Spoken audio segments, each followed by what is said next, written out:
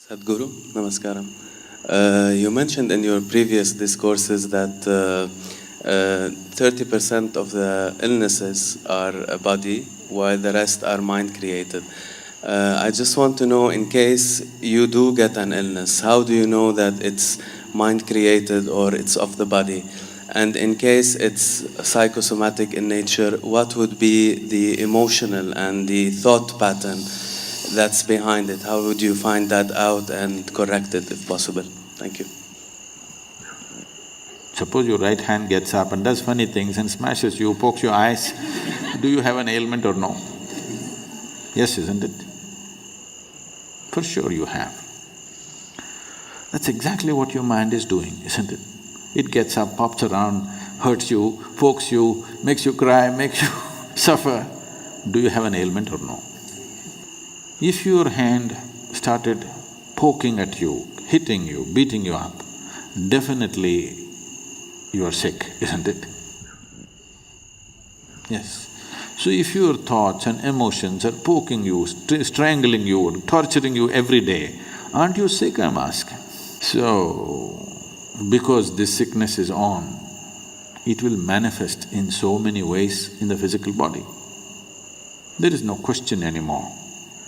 Every thought, every reverberation on the level of the mind, depending upon the type of reverberation you create, the whole chemistry is going through a change. It's all been measured. Right now you sit here and think about tigers, you have one kind of chemistry, chemical changes happen. You think about flowers, another kind of chemical change happens. All this has been measured. So for every thought, if the whole chemistry is going through thing, if your mind is in this state, you know what kind of soup you're making? You're a lousy soup. Not just lousy, poisonous. If you're soaked in this poisonous soup on a daily basis, how to know well-being? It'll not happen like that.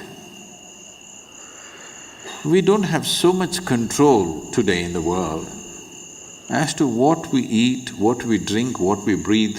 All of it is somewhat poisoned. Modern societies have started treating disease, ailment as a natural process, which is a serious mistake. Ancient societies always saw disease as something wrong. That's not how a man should be. A human being should not be in any state of illness, because illness means something fundamentally wrong. But modern societies have started treating this as normal, because there's an industry which thrives on you, very major industry. The second largest industry on the planet is pharmaceuticals. So, if the second largest industry on the planet is pharmaceuticals, that's too much lousy soup, isn't it? Every day you have to add something to this to make it… No. If you're willing, we can make this into a very wonderful soup. The chemistry is in a fantastic state. To be blissful is natural. If you do this, believe me, 70% of the ailments will vanish from the planet. Another 30%, there are many external influences which are not always in control. You cannot control that, only to some extent. So, if you're constantly creating a nasty chemistry within you, how is life within you supposed to understand you're seeking well-being? How? It's just unfair. Life within you thinks, he likes ailments and gives it to you. Yes? If you're poisoning your system from within, for which there is substantial proof, for every thought and emotion, the chemical composition of your body is changing, if you're creating poison from within you and you want to live well, how is it?